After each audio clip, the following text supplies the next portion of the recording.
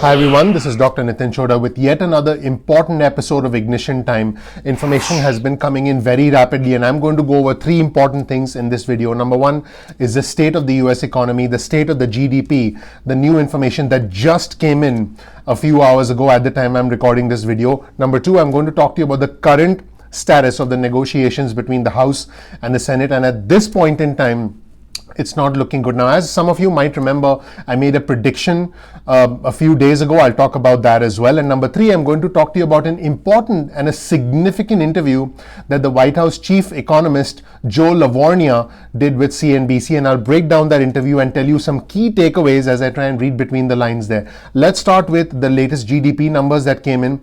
The US economy actually shrank almost 10% from April through June, and this is the largest quarterly decline since the government started publishing data about 70 years ago. So on Thursday, the government also reported that the jobless claims increased once again more than they were last week, because it seems like the recovery is now slowing down significantly. In fact, the GDP shrank at an annual rate of almost 33% according to the Bureau of Economic Analysis.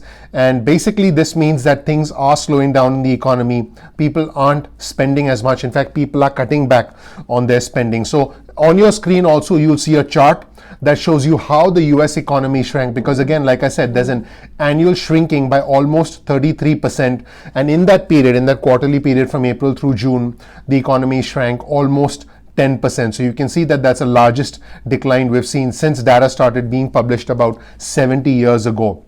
In more news, both sides are now actually starting to blame each other because all talks have now stalled. Now, as you might remember, I made a prediction that there's going to be some sort of a solution and both sides are going to try and take credit for it. I still stand by that prediction, but as things stand right now, both sides are actually starting to blame each other for what looks like a potential fallout in the negotiations, what looks like a complete standstill. And so in a floor speech just a couple of hours ago, Senate Majority Leader Mitch McConnell said that the $3 trillion Democratic plan, which is the HEROES Act, was, in his words, a totally unserious proposal, and he started blaming the Democrats. Now, McConnell was followed by the Senate Minority Leader Chuck Schumer, who made an observation that 20 GOP senators were opposed to any kind of additional relief, and he also said that the Republicans had wasted precious time in legislating to respond to the economic and the public health crisis. So what McConnell said was, the House Speaker moves the goalposts. He's referring to House Speaker Nancy Pelosi. He said the House Speaker moves the goalposts while the Democratic leader hides the football. Those were his exact words. He also said they won't engage when the administration tries to discuss our comprehensive plan. They won't engage when the administration floats a narrower proposal. They basically won't engage, period. And here's what Schumer said. Schumer said the Republicans deterred for months and then released and I quote, half-baked, half-hearted proposal of half measures. He also said that the main negotiations were happening between him, House Speaker Nancy Pelosi on one side, and the White House Chief of Staff Mark Meadows and Treasury Secretary Steven Mnuchin on the other side, who are the lead negotiators on behalf of the White House. He did note that Mitch McConnell was not involved in the negotiations. And Schumer said, I would remind him he refuses to go into the room when Speaker Pelosi, Secretary Mnuchin, Chief of Staff Meadows, and I sit there. Once again, and again, this is a quote from Chuck Schumer, once again, Senator McConnell engages in Alice in Wonderland tactics and speeches and words. What he says is exactly the opposite of what is true. And Nancy Pelosi said in a CNN interview, we still have a long way to go, but we're determined that we try and find common ground. Now I'm going to segue into an important interview that the White House chief economist Joe LaVorgna did on CNBC. He was asked about the GDP contraction that I alluded to at the start of this video. And he said these figures are annualized, so the real drop is right around 9%. And he said this clearly is, in his words, and I quote, a pandemic contraction. He said this is almost like a natural disaster, implying that it's a temporary phenomenon. And he said we expect a much stronger third quarter, much better second half of the year. Let's listen to the words of the chief economist at the National Economic Council and special assistant to the president, Joe LaVorgna.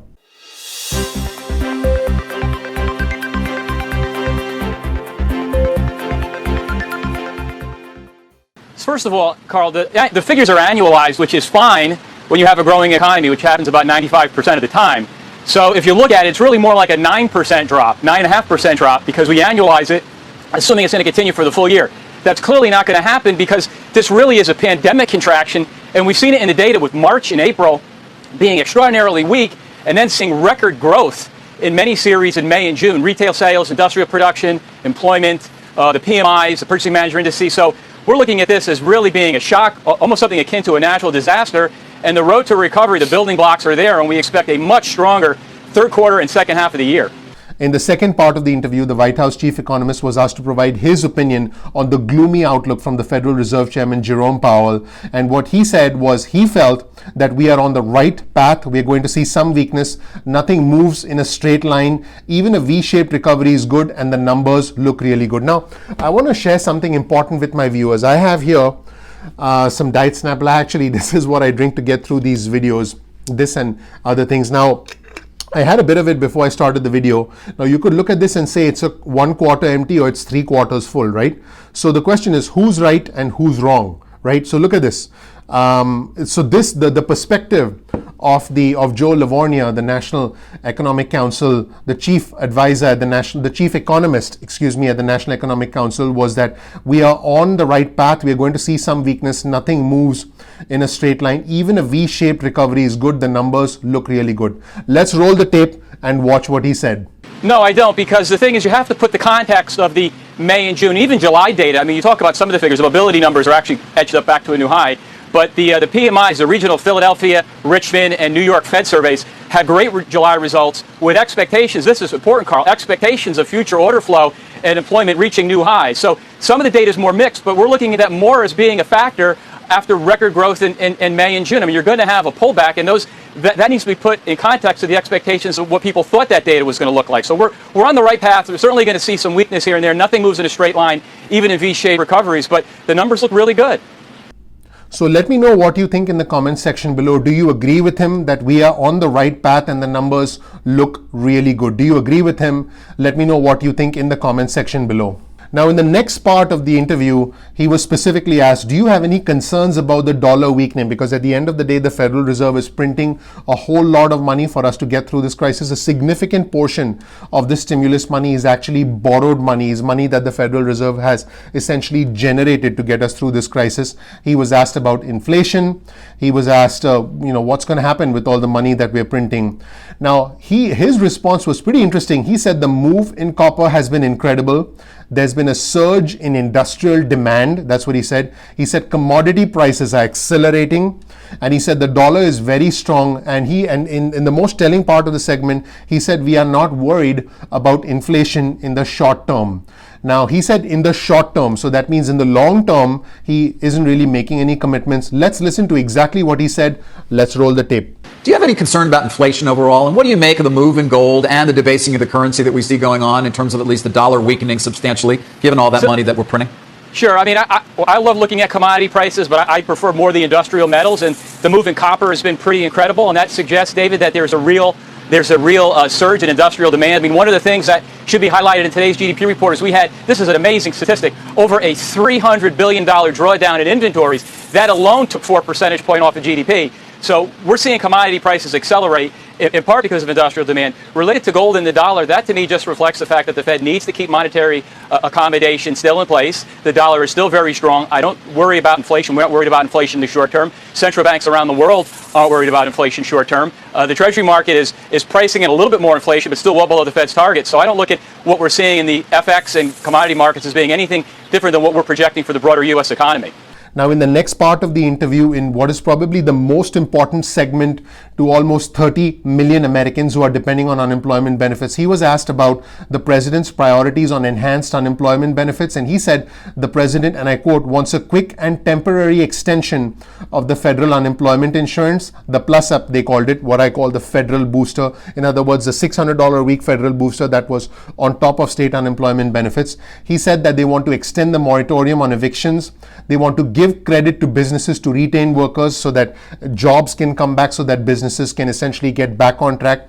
And he said that they will give credit to incentivize people to go back to work. So you can see the priorities of the administration in the words of the chief economist at the White House. I actually did another video comparing the HEALS Act, which is the Republican proposal, with the HEROES Act, which was something that the House Democrats actually passed a few months ago. And you see the big difference in priorities.